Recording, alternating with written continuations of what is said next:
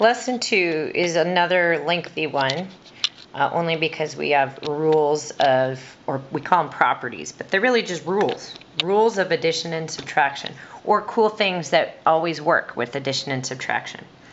And we're going to just show you. Notice that when we add 2 plus 3, we get 5.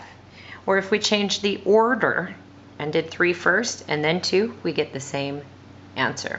So if we change the order in an addition problem, or we change the order of the addends, we call that, changing the order, we call that the commutative. Make sure you spell that right. Commutative property of addition. Okay, so commutative means order or move.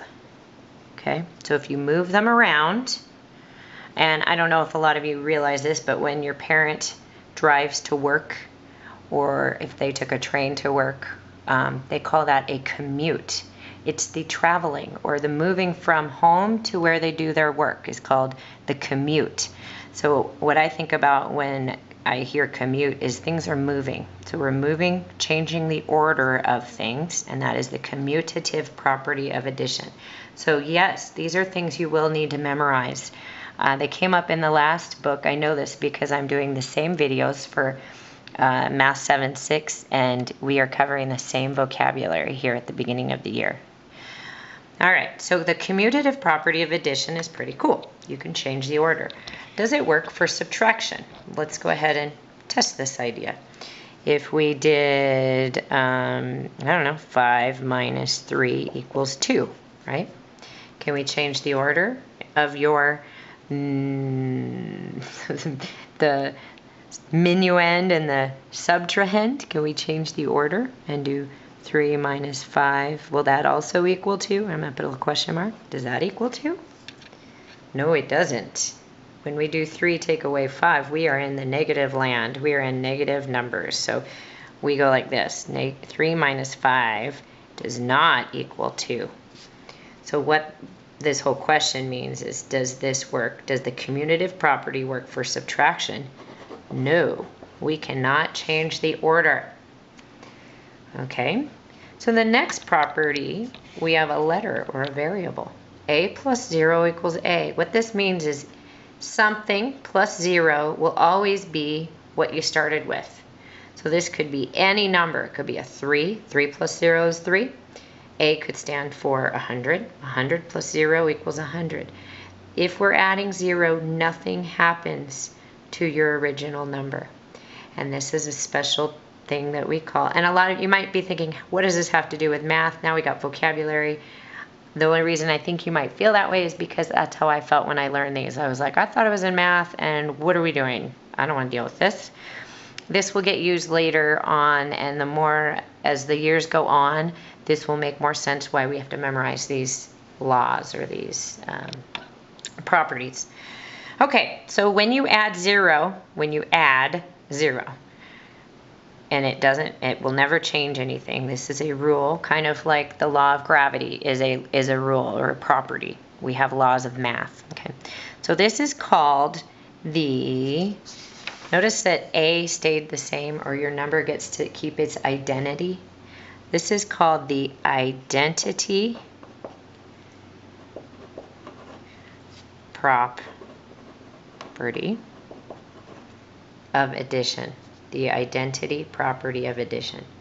And 0 is called the additive identity. And again, if you're like, where are we going with this? This is weird. This isn't math. Don't worry about it.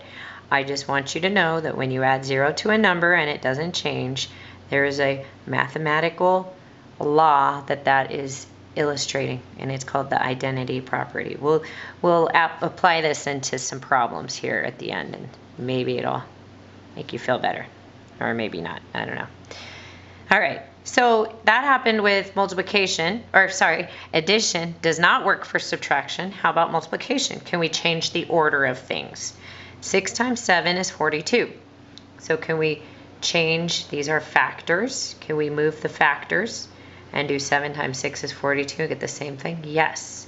So the commutative property also works for multiplication. So then, of course, I know you're so excited about this. You're like, wow, this is so awesome. Does that also apply to division?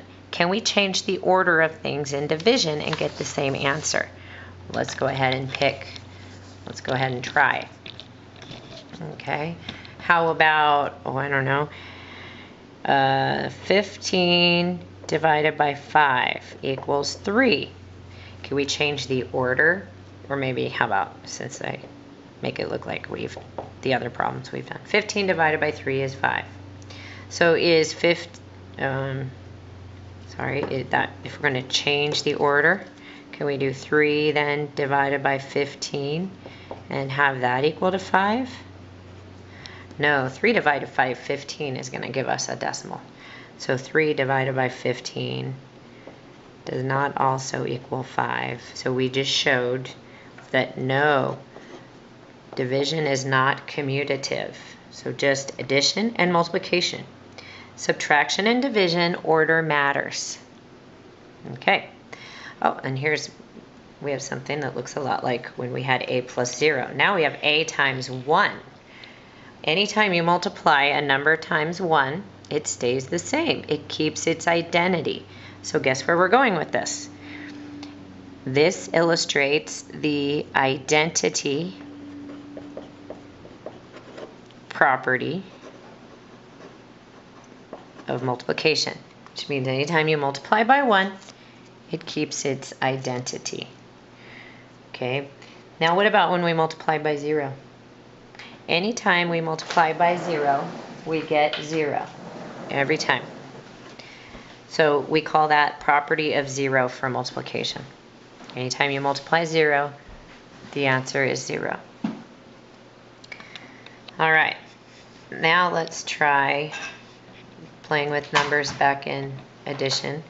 And I have these two things. Notice that these are all the same numbers, 2, 3, and 4. 2, 3, and 4.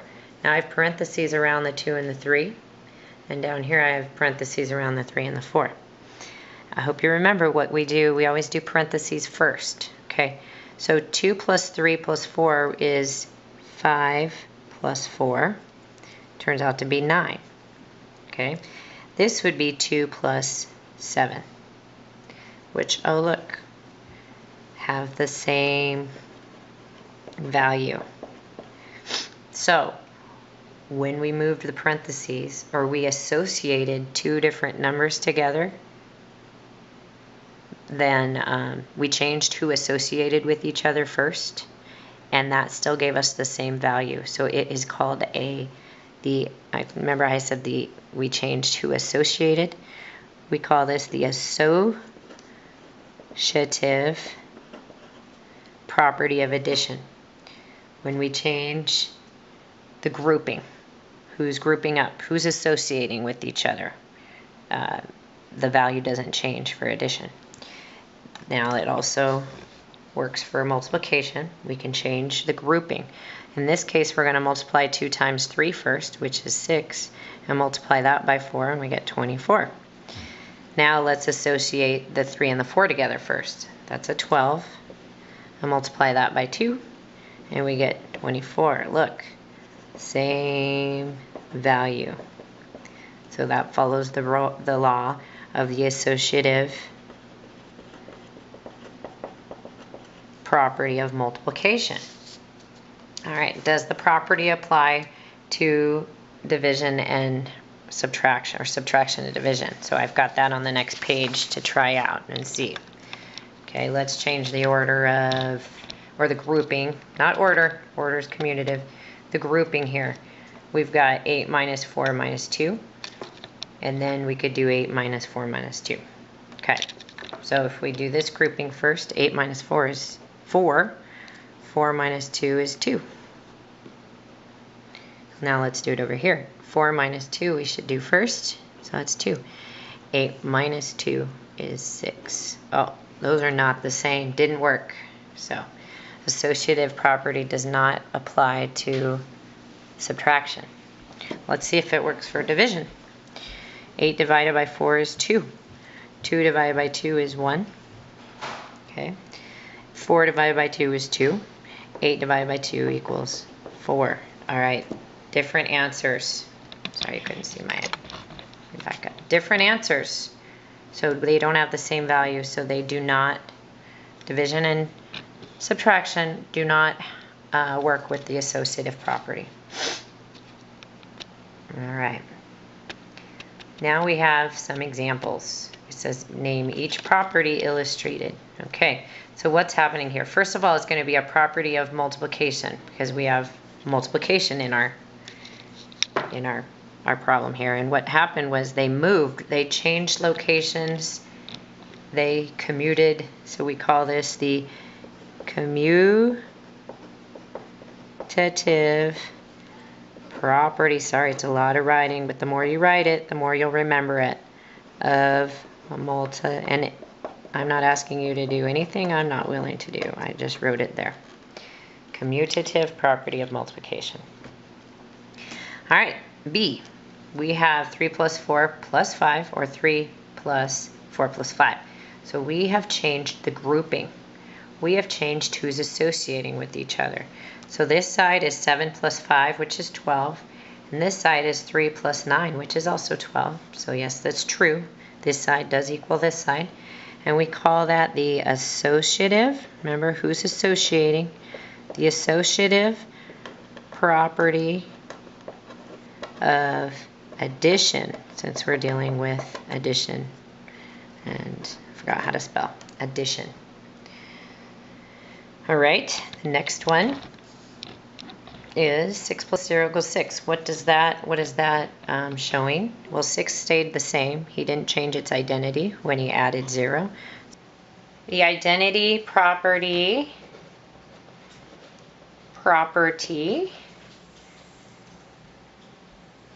of addition. We called that the anything times 0 is the property of 0 for multiplication. All right, good work so far. It's a lot of writing. Example 2, which property can we use to find each missing number? All right, 8 plus something equals 8. Well, that missing number is a 0. And what property can we use? That 8, when we added something to 8 and it kept its identity. Well, I just gave the answer. It's the identity property of addition. Okay, 1 times what is 9? 1 times 9 is 9. So again, we are going to use the identity property this time of multiplication. All right, the last one on this one is 10 times something is 0. Well, it's 10 times 0. And that is the, I'm sorry you get to write all these over and over, but hopefully they'll help you remember. Property of 0 for multiplication. All right, great. One more page of these notes. And we are now going to talk about sequences and terms. A sequence is a list, basically, in order of numbers. So it's an ordered list of terms. I put arrows here. So here is the sequence of whole numbers. 0, 1, 2, 3, 4, ... That's how we mean, just goes on and on forever. And these arrows, I want you to write, those are the terms of your sequence. Okay? So we've got example 3. The first 4 terms of a sequence are shown below. Find the next 3 terms in the sequence. 1, 4, 9, 16. All right. You might not notice right off the bat. I happen to love these particular numbers deeply, and because they are perfect, that I recognize them right away. You might not recognize what's going on. So you might be thinking, okay, 1 plus 3 is 4. And so what's 4 plus 3? Oh, 7. That's not nice. So what added there was 5. Huh. Plus 7. What do you think? What's next? 3. When we added 3, added 5, added 7. How about maybe if we add 9, we'll get the next term. So we want to know the next 3 terms of the sequence. Well, if we add 9, we get 25. And then we add 11, we get 36. And we add 13, and we get 49. Why do I love these numbers so much? 1, 4, 9, 16, 25, 36, 49. They are perfect. Remember I said they are perfect? They are perfect squares. I love perfect squares. What it means is, look at this. 1 times 1 is 1. 2 times 2 is 4. 3 times 3 is 9. 4 times 4 is 16.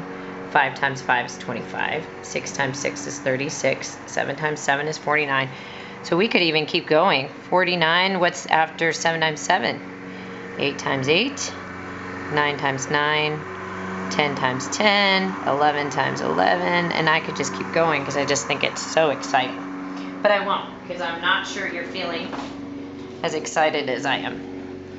So let's move on to the last example of the day. The rule of a certain sequence is k equals 2n. Find the first 4 terms of the sequence. So let me show you what I want that to look like. Let's make it like this.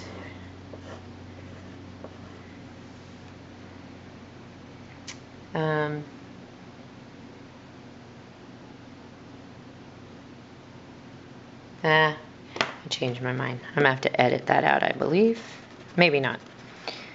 I will edit that out. Alright. So the rule of a certain sequence is k equals 2n. So we're going to...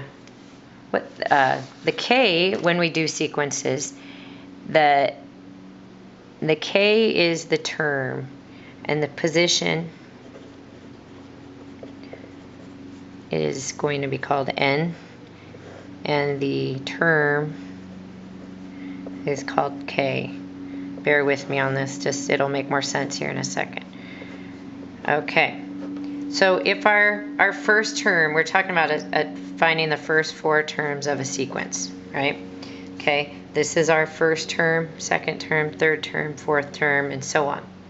So our position, our first term, our second term, we're going to use this to figure out what these terms are. Okay, so our actual term, our first term is 2 times n, 2 times its position. So 2 times 1 is 2. 2 times 2 is 4. 2 times 3 is 6. 2 times 4 is 8. So the terms of this sequence are, these are the actual terms. 2, 4, 6, 8. Now that might have been a little confusing. You're going to get to try it in the practice set, and if it's still too confusing in the practice set, go ahead and call me and let me know. But I think once you do it a few times, you'll get used to it. So that's it. That was our 4th page of notes. Lesson 3 is a lot shorter, only 2 pages of notes. Lesson 4 is 1 page of notes, so it will get easier. Just at the beginning, there's a lot of talking, so I'm sorry about that. It won't take as long next time.